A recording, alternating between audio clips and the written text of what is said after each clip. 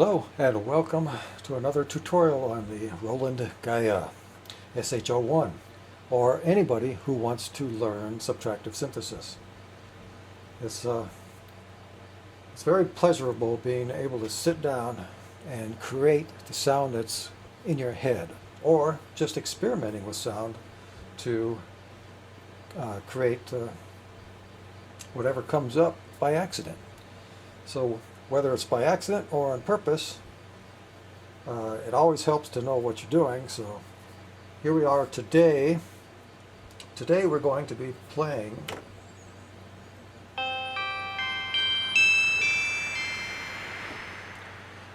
Today the sound we're building is wind chimes on a windy day.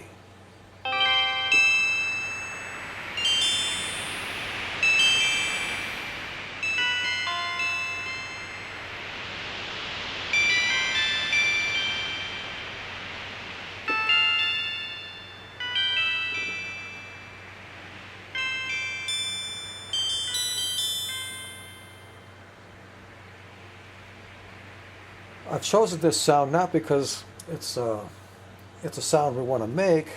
I've chosen these sounds because it's going to illustrate what I'm teaching today on the filter section, amplitude section, LFO, and using the wind, which is using the noise generator instead of one of the oscillator tone generators.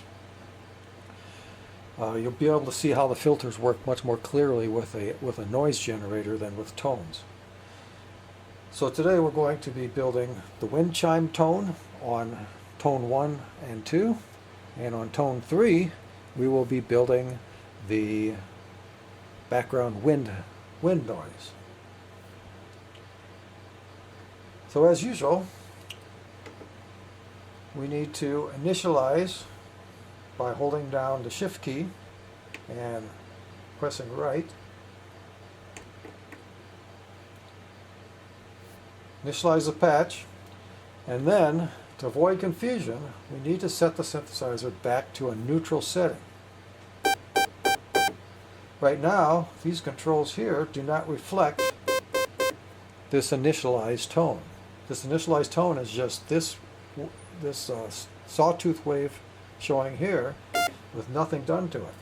So I'm going to return all the controls back to neutral. So that is the rate to slow all the way over to the left, fade time all the way to the bottom, and the depths at 0, pulse width controls down, envelopes for the pitch down, envelope for the pitch at 0, all the envelopes down for the filter, envelope depth on the filter is at 0, cutoff and resonance to zeros, and the ADSR for the amplitude is these three down, and sustain all the way up.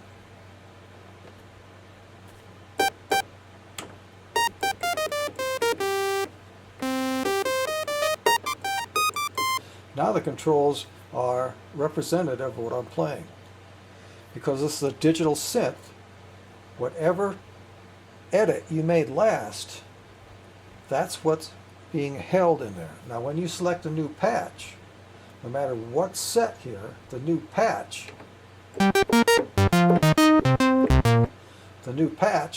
will play whatever was last saved, no matter what these settings are.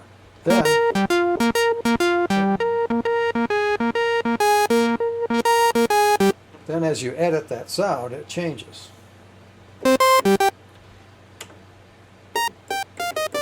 So when I pick this sound, this is the one I just initialized. Now the controls are reflecting what the sound is. So please take a look at these, and this is the neutral setting for the Gaia. So tone 1 is going to be our first wind chime tone. And first of all, what you need to notice is I've gone 2 octaves up. I'm using it 2 octave. I've moved the keyboard up 2 octaves.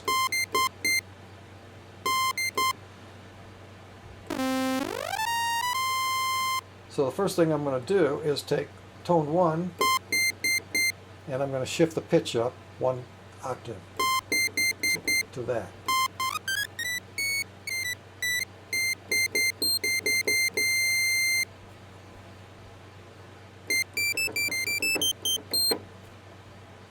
Okay, now need to get the bell tone. I'm going to take my sustained all the way down. Now you just get the, I'm going to bring the decay up. That's the only control, and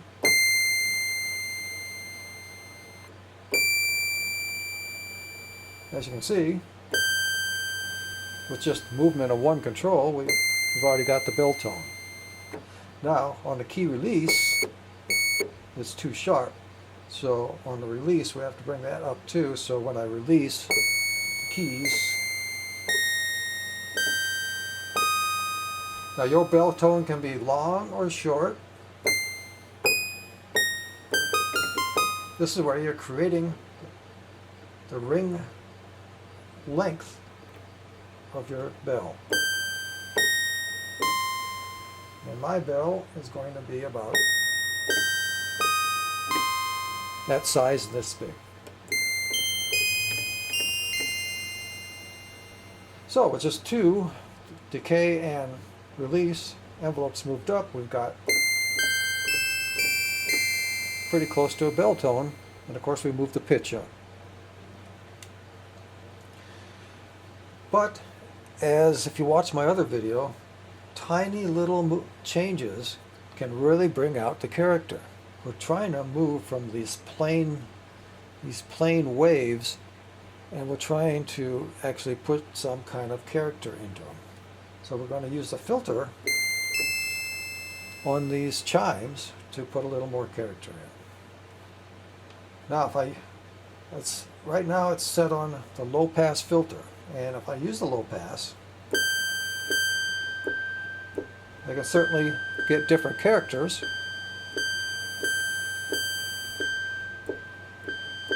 But as I move down, it just sounds like the bell's being muffled, and I don't want that. I want more of a metal sound. So what I'm going to do is shift the filter from, instead of a low pass, I'm moving to the band pass. Now the cutoff works as a band.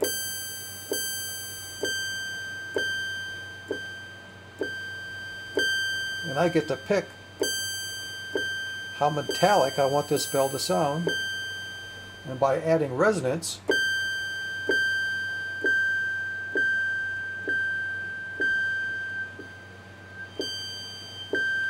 between these two,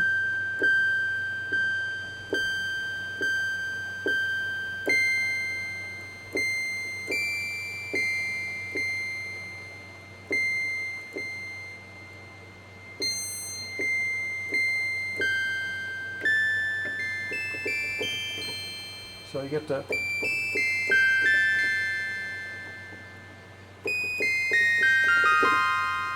create any sound you want. So here you're creating your own bell.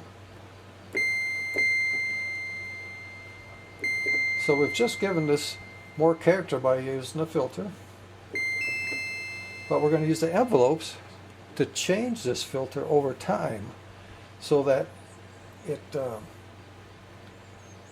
we have more options. So I'm going to match again my amplitude envelopes, and you won't hear a difference until the envelope depth has been changed. So you can see how this is really changing the characters of the bells. Those are in the positive, and then in the negative,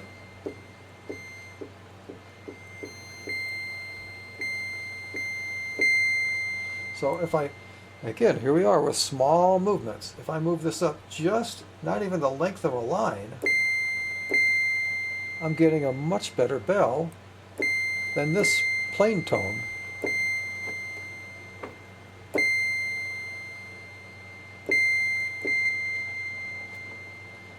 If I can get this cable to stop distorting here. So there it is without the envelope, and here it is with. Much more bell sounding. And there we have our first tone. That is our first bell by 2 amplitude envelopes, 2 filter envelopes, and moving up the envelope depth just slightly and using a band pass filter on it. We've just created a bell. So my next bell, I'm going to copy this one to this one. So now tone 2 is the same as tone 1. Now the first thing I'm going to do to create these wind chimes is I'm going to take tone 2, and we're only listening to tone 2 now. I'm taking a pitch back down to normal.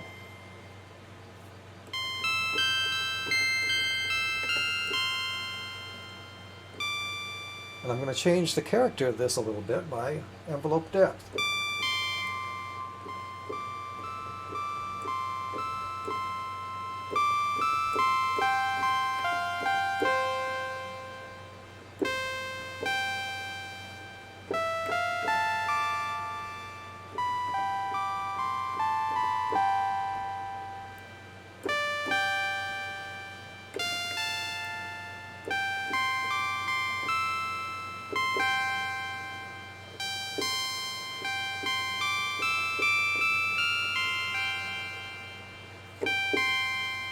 So by changing the bandpass filter around a little bit, changing resonance a bit, and changing the envelope depth a little bit,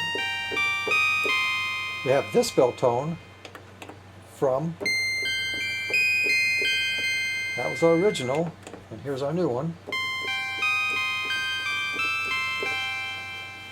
Now the reason I'm doing 2, not only because there's an octave, but here they are together.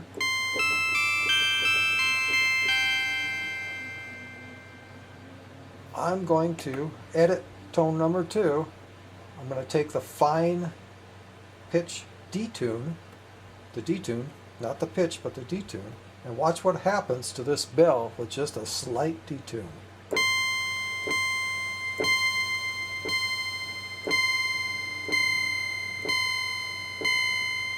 You get all kinds of things. And again, another subtle change. I'm moving it just a little bit from this. You see, listen to all those harmonics come in from this plain tone to this one. Plain.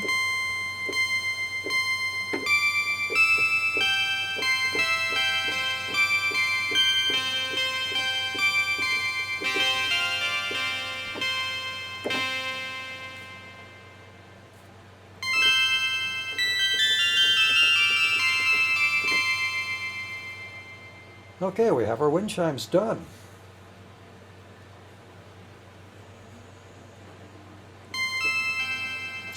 And now at this point, this is important, I'm going to save what I've done so far by hitting right, the patch I'm working on, and right again. Now,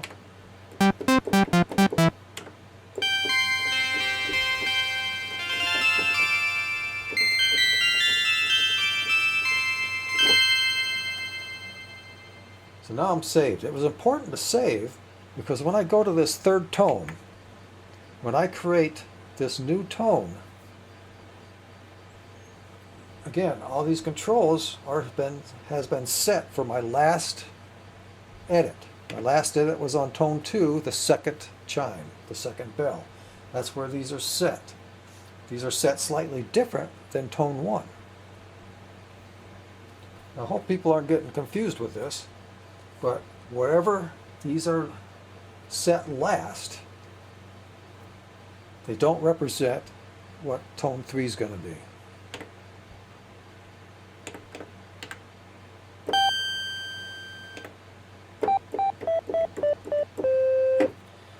tone 3 is just this wave here with nothing done to it again.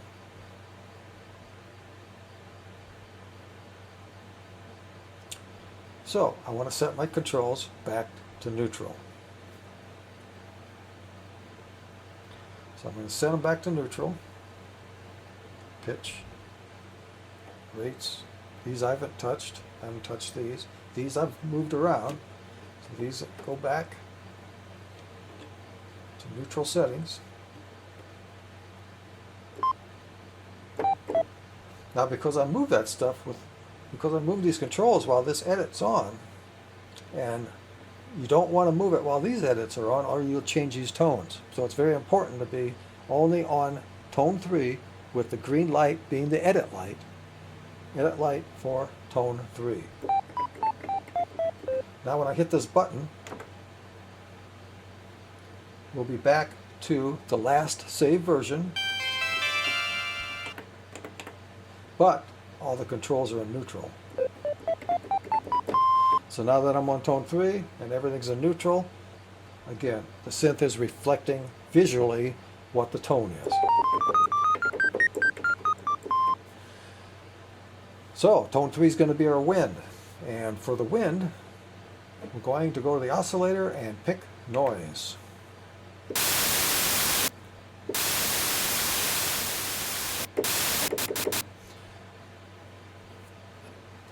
Now I'm going to be turning things on and off as I go through this, because this noise section is going to be the most complex setup today. The bells are going to seem awfully simple compared to the noise. Because with the noise, I'm trying to create a varying wind noise. So to get that to be variable, it's going to take a lot of work. So right now we got the basic noise, and as I key on and key off, it doesn't sound like anything but noise. So the first thing I'm going to do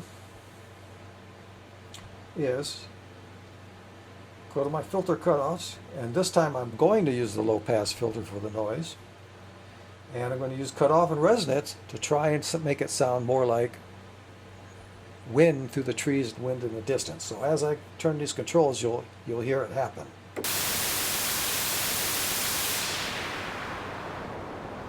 There's cutoff, resonance. Resonance adds the howl to the wind.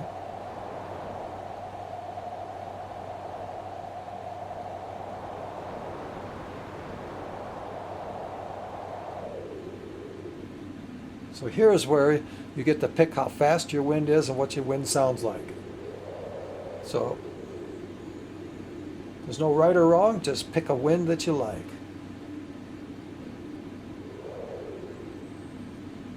And that's the wind I like.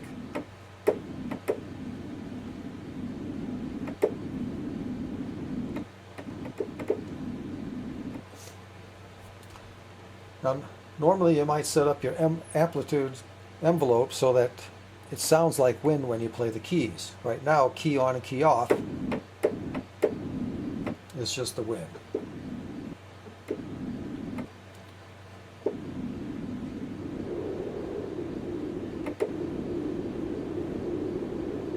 Okay, so we got our wind sound, which I like, but there's no movement to it. Now there's a very subtle change. I'm going to pick on the low frequency oscillator, I'm picking this top wave, adding a little bit of rate to it, and you can see the light. I'm going to do this first and then set it back so that you can hear it, because this is such a subtle change. There's very little pitch change in a noise generation, but there is a little bit, so I can add some movement with the pitch.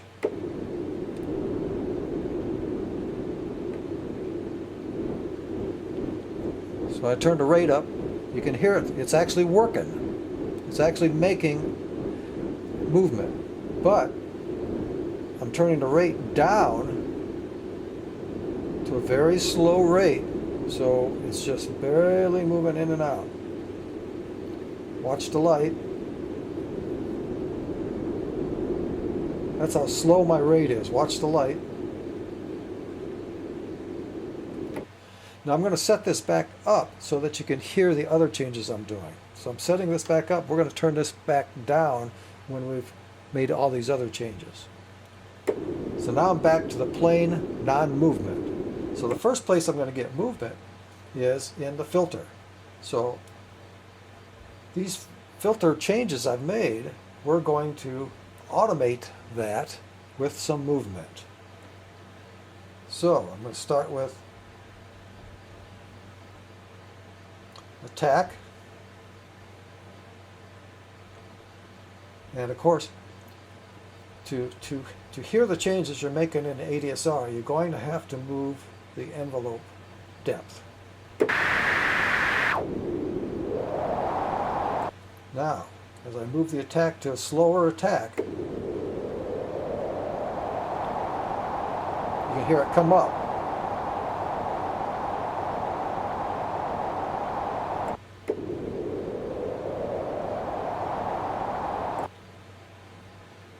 I'm going to have the decay. So it's coming up, and it's going to come down.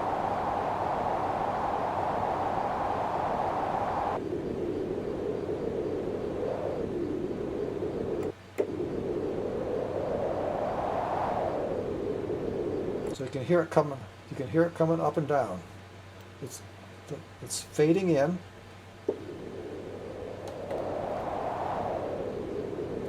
Coming back down, but it's coming down too fast. We need a nice slow curve on this wind. And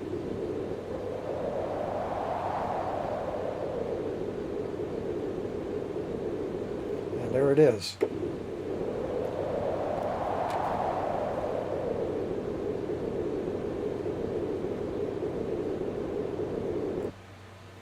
I'm going to put the release up there so that on the key release, it's not sharp.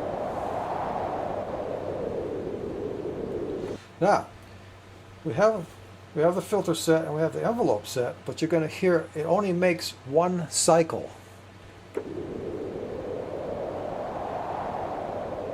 As it cycles through, it goes down to the sustain, and that's where it stays at.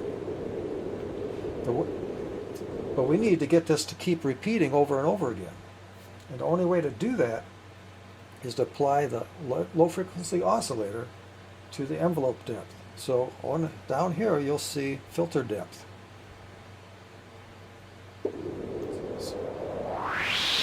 So here's an exaggeration.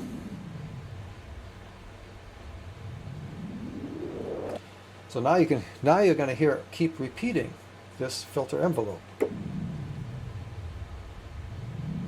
Up.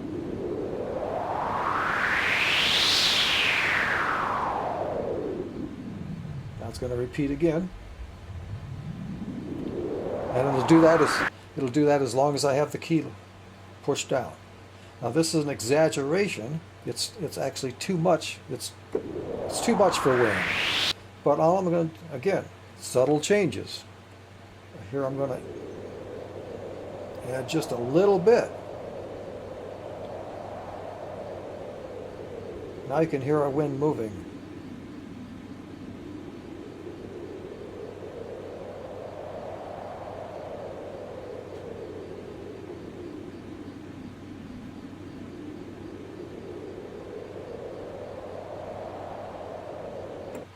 Okay, now the wind's sounding pretty good, but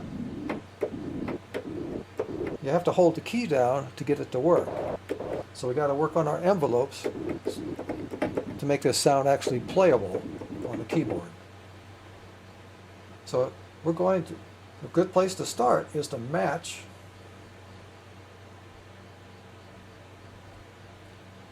the filter. Now, when I press a key,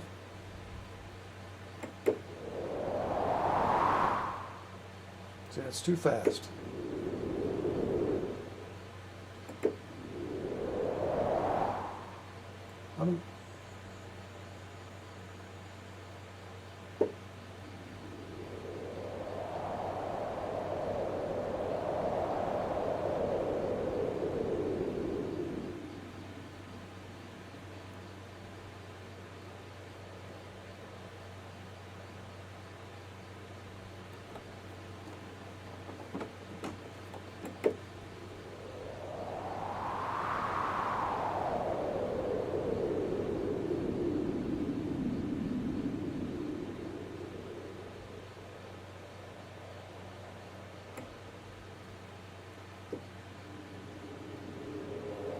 So now we're getting pretty close to that wind sound we want. Now if you remember, I turned this pitch depth off at the beginning because it's such a subtle sound. I'm going to add that now. I'm going to put it back in. And unless you're listening very closely, you won't hear the difference. It's another very, very subtle changes.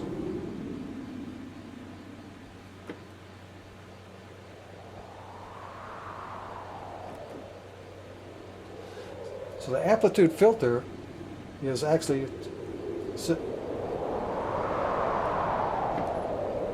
associated with how I'm pressing the keys down.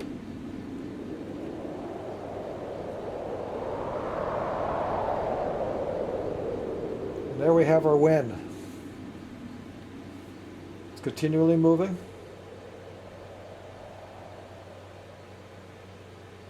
Now as I hold the key down, I'll play another key and start the sequence off again, and you're adding these all together. So it depends on how you play the keyboard as to how this wind sound actually comes off.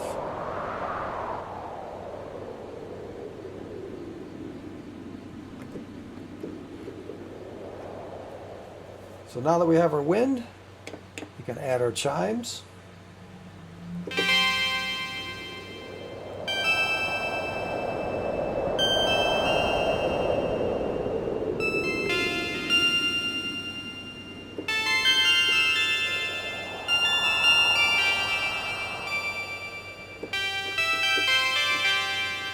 And at this point, we can move our edit down to our wind and tone 3 and decide how much wind background volume we want.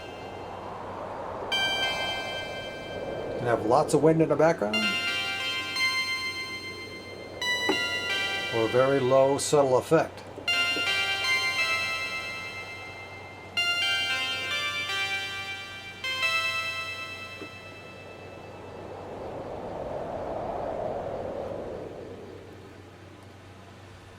Now as a final little bit, let's go to the effects. And what I want to do is add a panning delay so that we get little extra hits that I don't have to play on the keyboard. So turning effects on, panning delay, and here's before.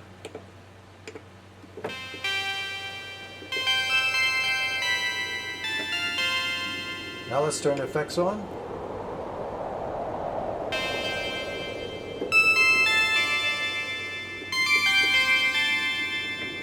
And you can put the extra hits in there depending on your setting here.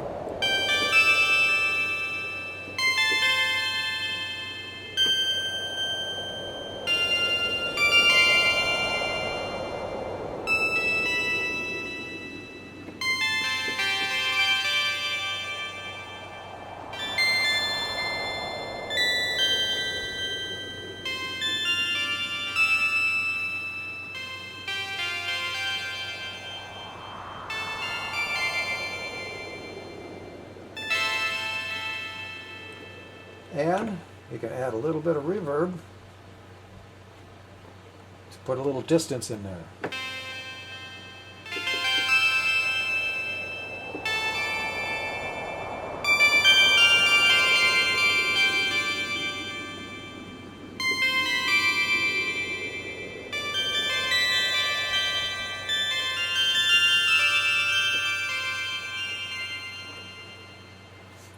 And there you have it. Now I'm playing the keyboard in association to the way I designed my sound. In my left hand, when I play the chimes, I keep the key pushed down, and I'm using about three notes at different times to start the wind at different times and the chimes. So when I press down, I'm leaving my hand down so that the wind keeps going. But in my right hand, if I press down and do the same thing, you still get the wind. Well, I don't want all that extra wind being played. So in my right hand, I strike the keys,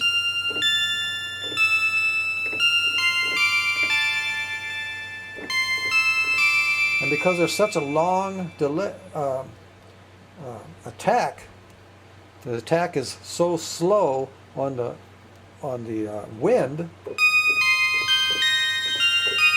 If you play staccato wise on the keyboard, you won't hear the wind. You only hear the wind when you leave the keys pressed down. So on my left hand, I've got the keys pressed down so that the wind continues to roar. But on my right hand,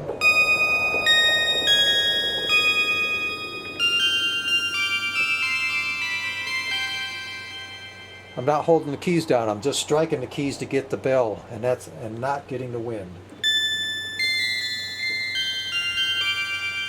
When you're designing sound, you're also designing how the sound's played. And the way the sound's played is usually associated with the amplitude and the way you got the envelopes set. And that is about it for today with filters. If you will do a quick review, the wind generation was quite complex. So with the wind, we started with a noise generator.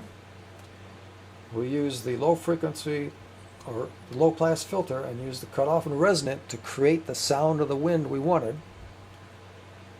We used the ADSR envelopes to put movement into the wind, or at least our first movement. Used the envelope depth to make the envelopes work. Then to add even more movement, we used a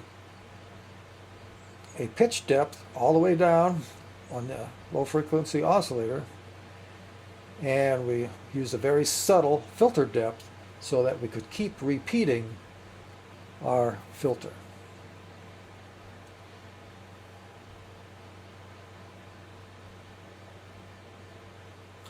And we were 2 octaves up. So at this point, I am happy with what I've got. I'm going to hit my right button, my patch 7 that I've been working on, right again,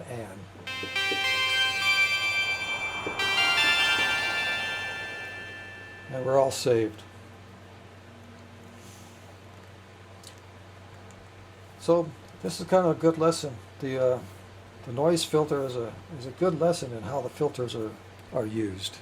You can just listen to the noise only and not worry about pitch. So I hope this was informative to you, and I'll see you next time on the next tutorial. Thanks for listening.